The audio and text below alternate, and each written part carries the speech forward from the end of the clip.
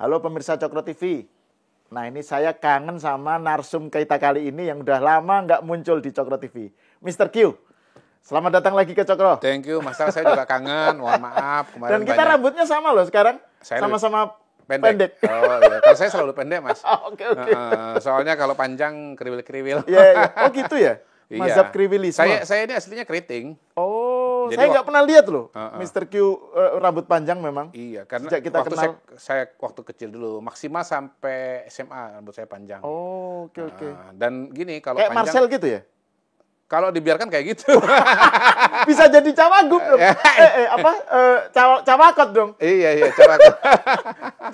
Oke, kita mau bicara tentang Pilgub atau Pilkada Jakarta nih. Iya. Tetap lagi rame kan. Iya.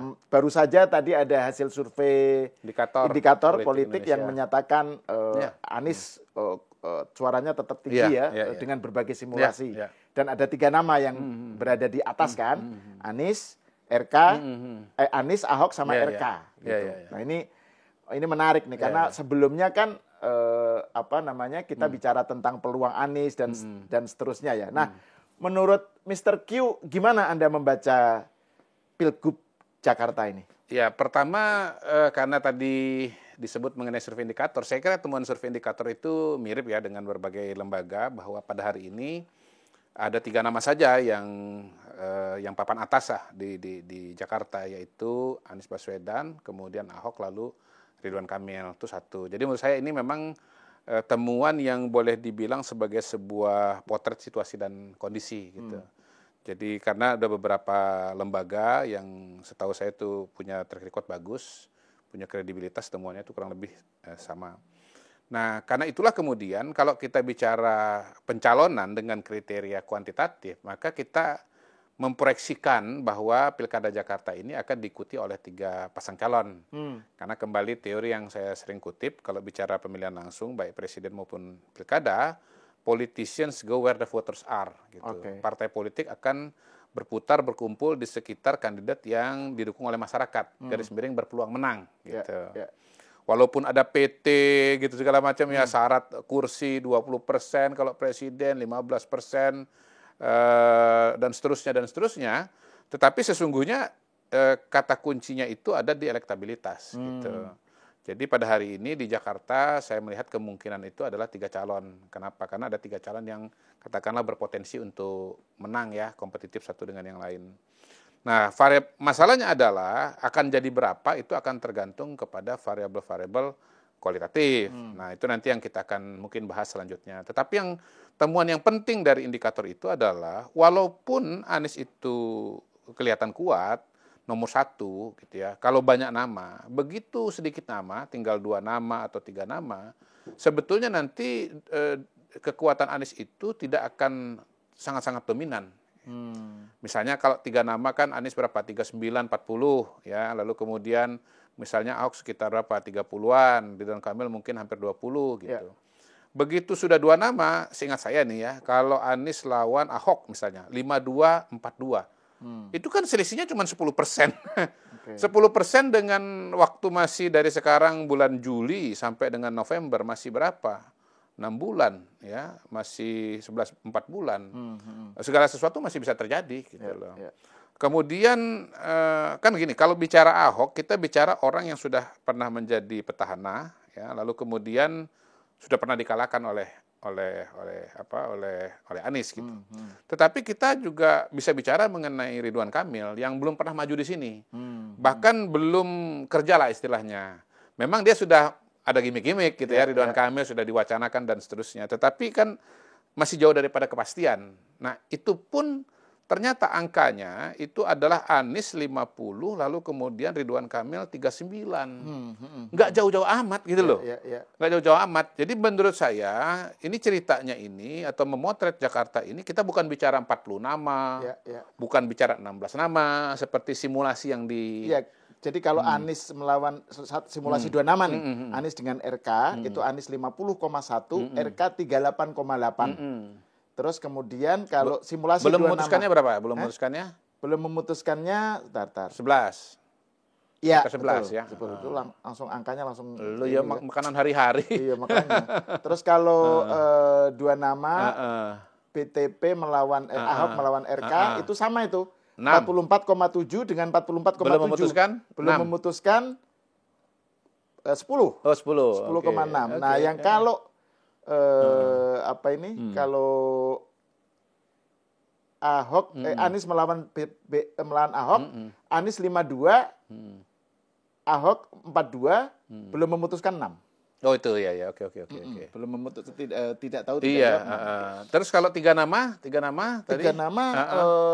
Tadi yang Anda sebut itu. Iya. Dan yang menarik dari surveinya indikator ini kan ada simulasi juga Anies, Kaesang, lalu kemudian Ridwan Kamil. Di situ Kaesang cuma dapat 5% kan. Nah, menurut saya kalau berdasarkan survei kita sudah bisa mengeliminir kemungkinan Kaesang itu untuk maju di Jakarta. Karena seperti saya pernah lontarkan di beberapa kesempatan, di Jakarta ini pertarungan para hiu gitu. Ya.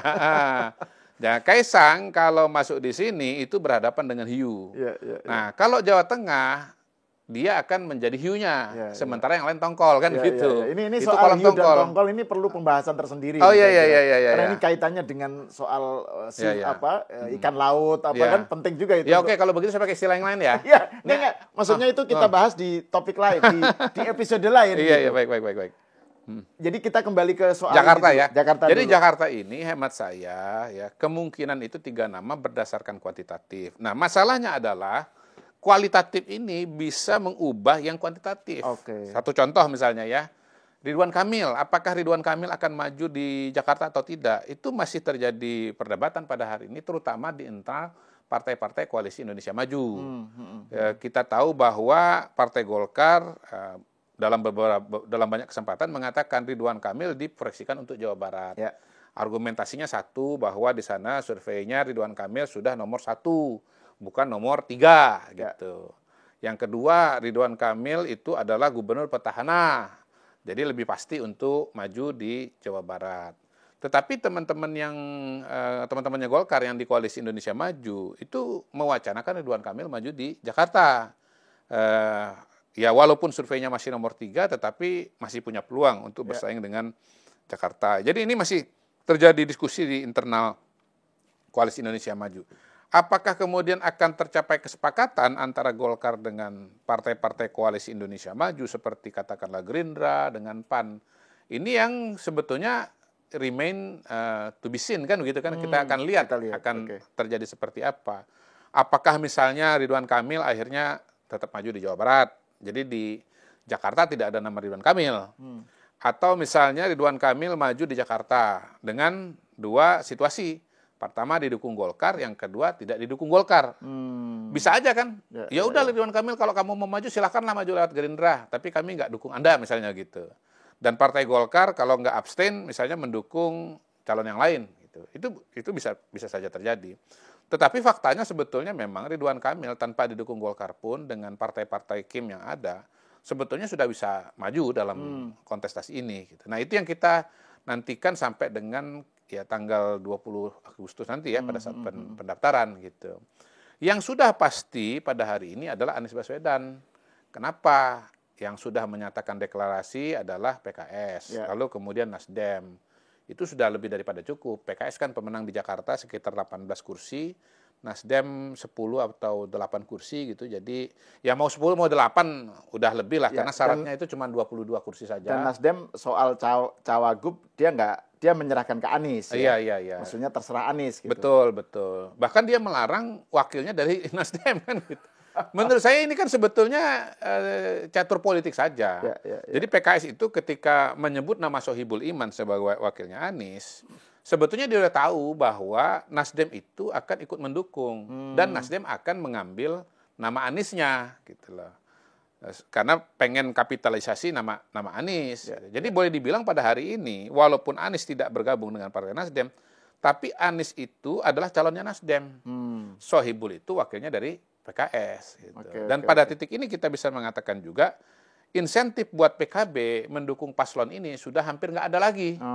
Udah nggak ada ruang. Nah, PKB kalau mau punya insentif ya dia cuman bergabung dengan PDI Perjuangan. Ya. Bahkan sebelum ada Nasdem menyatakan mendukung Anies pun PKB sudah keberatan kan dengan paket yang didukung yang dikemukakan oleh PKS kan. Betul. Gitu. Pada waktu itu saya katakan ya PKB ambillah Anies sebagai dalam tanda kutip kandidatnya mereka. Tapi kan itu nggak diambil oleh PKB. Mereka tetap mengatakan mereka mau ambil wakilnya yaitu Ida Fauziah. Gitu.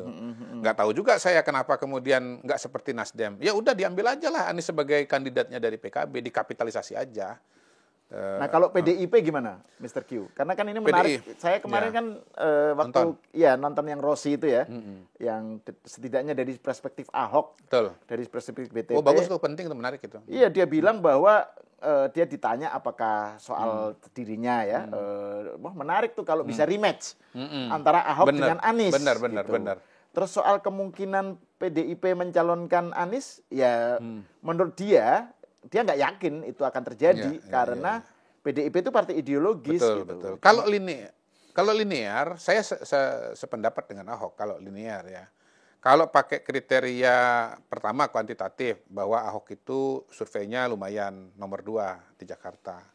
Yang kedua ya PDI sebagai partai nasionalis akan mendukung calon yang menggambarkan atau mewakili ide nasionalis itu.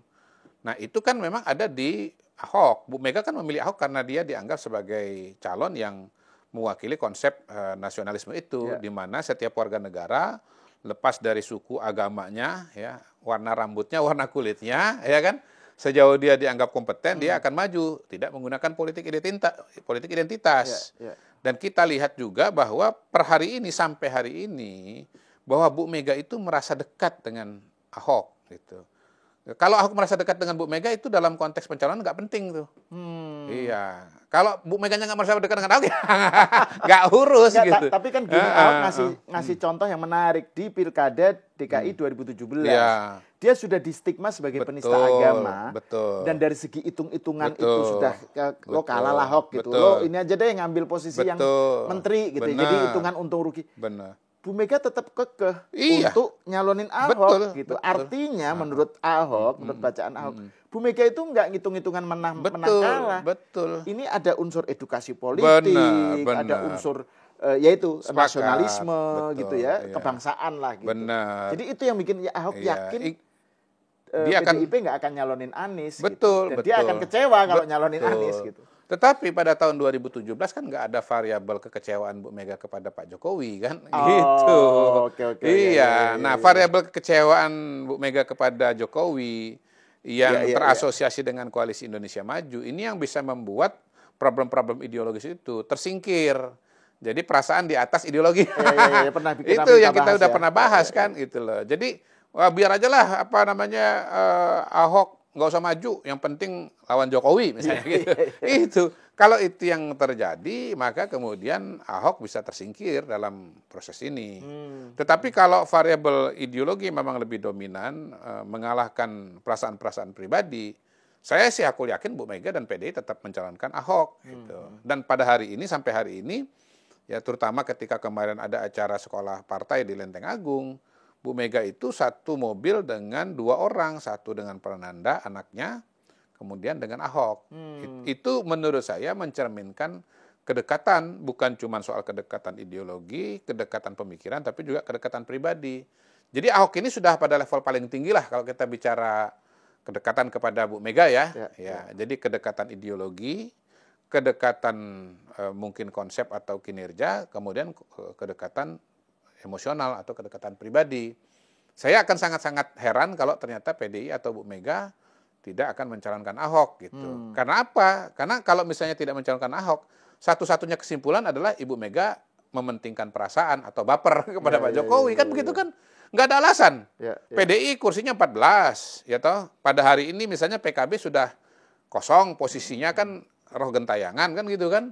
Karena di Anies sudah terisi 2 partai, Nasdem dengan PKS. Jadi pada hari ini nggak ada halangan sebetulnya buat PDI Perjuangan menjalin komunikasi dengan PKB, mengajak PKB untuk berpasangan. Belum lagi kalau kita tambahkan bahwa ya memang selama ini salah satu pakem besar politik PDI Perjuangan adalah bermitra dengan Islam tradisional yang diwakili oleh PKB sebagai partai politik gitu. Jadi sebetulnya ini pakem yang sangat ideal ya bagi PDI Perjuangan, bagi Bu Mega. Ahok mewakili kelompok nasionalis dan misalnya Ida Fauziah mewakili kelompok Islam tradisional gitu. Islam kebangsaan lah kalau menurut istilahnya orang NU sendiri. Ya, kalau istilah tradisional tuh bagi mereka. Oke, saya pakai istilah yang lain nih. Islam Nusantara. Itu dia. Versus Islam Timur Tengah. Tapi di kalangan di medsos itu NU kan diledek nambang. Jadi kemarin malah diledek Netanyahu United gitu. Tapi kan itu nggak relevan ya. Konteks kita kan soal tadi itu. Supaya penonton jangan ngantuk ini. Iya betul. Dan kan selalu NU tuh jadi sasaran tembak di medsos. Pada hari ini. Tapi nggak apa-apa, orang NU kan suka ketawa-ketawa kan. Jadi begitu jadi sasaran tembak ya ketawa aja. Iya, dan juga apalagi ada berita hari ini Muhammadiyah juga ternyata akhirnya memutuskan menerima soal tambang itu. Oh sudah menerima asal dampak lingkungannya diminimalisir. Iya. Ternyata NU nggak sendiri. Iya kan NU sama MU kan deket lah. NU dengan MU kan dekat aja. Iya, nggak sejauh itu. Newcastle United dengan Manchester United. Iya, sama-sama santri kok. Sama-sama santri. Oke, kembali ke soal Pilkada Jakarta. Jadi itu opsi kalau terjadi, itu bacaannya ya kalau terjadi 3 pasangan ya. 3 calon ya. Artinya kalau PDIP bersama PKB berarti calonnya Ahok. Ya. Anggaplah Ahok Ida Fauziah. Kemudian Nasdem bersama dengan PKS. Katakanlah Anies dengan Sohibul Iman. Gitu. Yang jadi pertanyaan kan sekarang siapa jagonya dari Koalisi Indonesia Maju? Itu misteri terbesarnya pada hari ini. Apakah Ridwan Kamil? Nah, kalau nggak Ridwan Kamil siapa? Itu. Nah, kalau Ridwan Kamil tidak ada, ini juga masalah. Siapa? Heru Budi sebagai PJ kan kita tahu surveinya kan di situ kan nggak nongol gitu. Iya. Dan kalau nggak nongol begitu biasanya tingkat kepuasan masyarakat kepada PJ itu nggak bagus. Karena saya udah ngelihat di daerah-daerah lain, PJ yang kepuasannya tinggi itu di survei itu kompetitif dia sebagai calon. Bisa nomor 1, bisa nomor 2, bisa nomor 3. Ini nggak ada. Nama Heru Budi itu nggak ada. Jadi masyarakat Jakarta itu dugaan saya tidak terlalu puas dengan Heru Budi sebagai PJ gubernur gitu loh. Soal kemudian nanti misalnya kalau dia dicalonkan lalu dia bisa mengungkapkan hal-hal yang penting, hal-hal yang menjadi prestasi dia, itu soal yang lain lagi.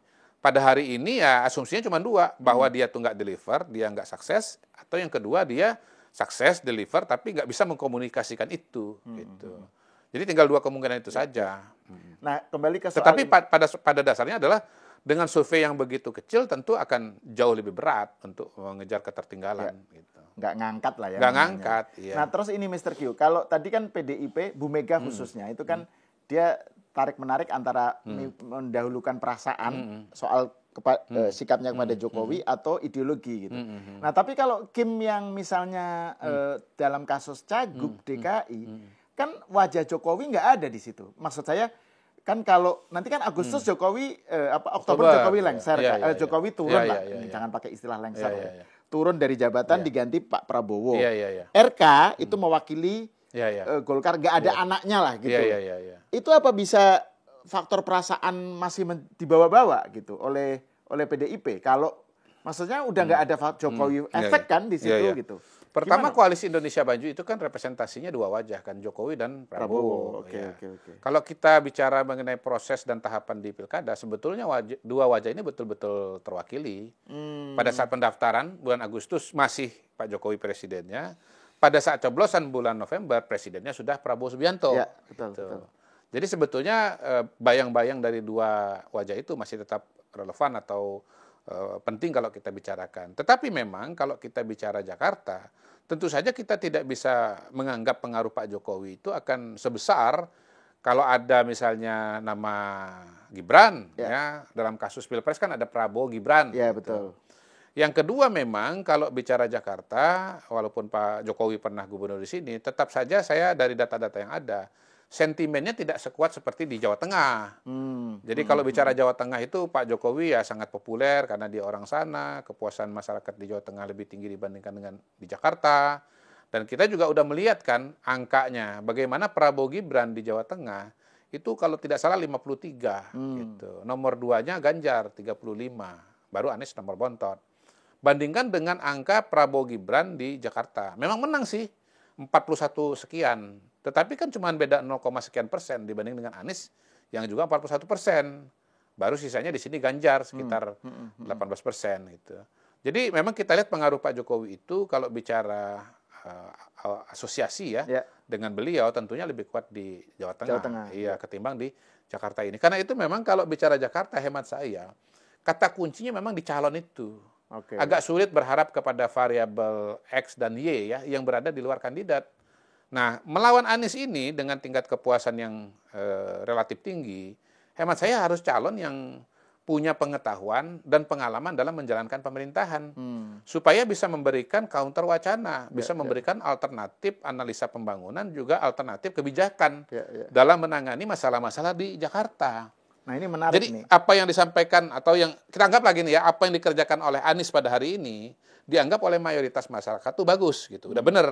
Tapi kalau Ahok suruh ngomong di debat gitu misalnya dalam debat, dalam acara soal, debat. Kalau kita lihat surveinya indikator kan apa masalah yang paling penting itu? Ada soal lapangan kerja, ada soal kalau tidak salah sembako, ada soal banjir, ada soal kemacetan. Coba kasih kesempatan Ahok ngomong tentang masalah-masalah itu. Mungkin dia akan datang dengan alternatif analisa masalah dan alternatif solusi yang berbeda dengan yang dijalankan oleh Ahok oleh Anies selama ini. Paling tidak kita akan bicara lagi misalnya perdebatan mengenai bagaimana cara mengatasi banjir. Apakah sungai itu dinormalisasi atau dinaturalisasi? Itu muncul lagi tuh. Gitu. Atau soal sumber resapan. Atau nanti datang Ridwan Kamil dengan teori yang baru gitu loh. Saya bukan golongan normalisasi, saya juga bukan golongan naturalisasi. Gitu. Nggak tahu kita nanti ada istilah-istilah apa yang keluar dari Ridwan Kamil. Dan itu menurut saya akan sangat menarik. Dan saya akan membayangkan nanti debat kandidatnya itu akan juga sangat-sangat menarik karena kita akan bicara tentang hal yang sangat konkret ya dan teknokratis. Jadi nggak bisa yang namanya lawan Anies itu orang yang tidak paham teknis. Pasti kedodoran. Karena apa? Karena Anies sudah praktek. Ahok sudah praktek. Betul. Istilah saya gini, kalau Anda mengajukan orang yang tidak pernah kepala daerah, maka Anda akan melihat AHY jilid 2. Ngomongnya umum, ngomongnya normatif. Kalau Pilpres ngomong umum, ngomong normatif itu bisa. Tapi kalau bicara Pilkada Jakarta nggak bisa, karena masalahnya itu konkret dan nyata. Nah, itu yang tadi Anda sebut di awal perbincangan ya, bahwa yang kuantitatif sekarang itu bisa diubah dari segi kualitatif. Dan kualitatif itu pengertiannya wacana tentang hal-hal semacam ini ya, soal-soal teknokratis ini. Nah, itu menarik nih Mr. Q, karena kalau kita lihat kembali ke soal indikator ya, hasil temuan indikator, kan kalau head to head dua nama antara antara Anies melawan RK, itu memang tinggi. Anies 50, RK 9. Ya, tetapi ada penjelasan bahwa suara Ahok itu banyak yang mayoritas pindah ke RK. Iya. Gitu. Jadi kan ini... Tapi itu sebaliknya juga. Kalau misalnya Ridwan Kamil berhadapan dengan Ahok, maka suara Anies, kalau dia tidak lolos ke putaran kedua, itu lebih banyak ke Ridwan Kamil. Loh iya, ini sama. Jadi kalau misalnya Anies melawan RK, itu suara Ahok larinya ke RK. Iya, RK ini adalah calon tengah. Nah, itu penjelasannya gimana? Itu calon tengah dia. Ini kan dua orang pada titik ekstrim lah. Jadi kalau betul tiga orang ini maju, ini betul-betul akan menggambarkan atau mirip dengan Pilpres 01, 02, 03. Iya. Ini adalah mini match ya. Ini adalah ulangan. Ini adalah simulasi atau replikasi dari Pilpres 2024 gitu. Di mana Anies itu dianggap sebagai wakil dari kanan, kemudian Anies dianggap wakil dari kanan, kemudian nanti Ahok dianggap wakil dari kiri, yang di tengah itu ada Ridwan Kamil. Kalau di Pilpres calon dari kanan adalah Anies, calon dari kiri adalah Ganjar, di tengah adalah Prabowo Gibran. Oke. Iya, betul. Dan kita kan sudah punya simulasi juga kalau bicara Pilpres, kalau ada putaran kedua, ya, yang lolos Prabowo melawan Anies, maka suara Ganjar nggak mungkin lari ke Anies, pasti lari ke Prabowo. Sebaliknya, kalau yang lolos ke putaran kedua adalah Prabowo dengan Anies, suaranya Ganjar nggak mungkin lari kepada benar ya, suara ke suara Anies tapi ke Prabowo gitu loh. Jadi Ahok ini, Ridwan Kamil ini akan menjadi Prabowo dalam konteks pilkada di Jakarta. Ya. Itu menarik. Jadi itu yang mungkin nanti pendukung Anies yang nggak setuju sama Kodari, Kodari itu ngarang-ngarang, ya udah biarin aja terserah. Atau pendukung Ahok, Kodari nggak benar tuh, ya nggak apa-apa. Itu juga replikasi di Pilpres. Saya ngomong begini kan disalah-salahin juga kan, ternyata kejadian. Jadi bisa jadi teori kolam suara segala macam atau bejana berhubungan itu akan terjadi lagi di Pilkada Jakarta. Iya.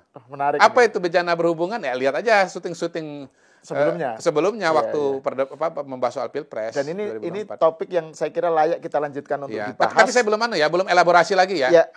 Iya, menarik untuk dibahas lagi nanti kalau ada perkembangan terbaru dari hasil dari bagaimana nanti Pilgub DKI, Pilgub Jakarta ini gitu loh. Karena kan masih berkembang terus, betul makanya. Dan baru kita akan diskusi bahas betul, analisa betul itu kalau nanti calonnya udah fix. Baru bisa kita fix. Gitu. Kalau sekarang saya menganalisis terlalu dalam nanti sayang juga kalau ternyata konstelasinya nggak seperti itu kan. Ya, betul. Oke, terima kasih Mr. Kodari. Iya. Sebelum dilanjutkan.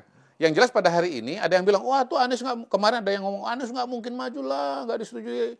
Saya bilang maju. Per hari ini saya sudah terbukti lah bahwa Anies itu akan maju karena sudah didukung oleh PKS dan Nasdem.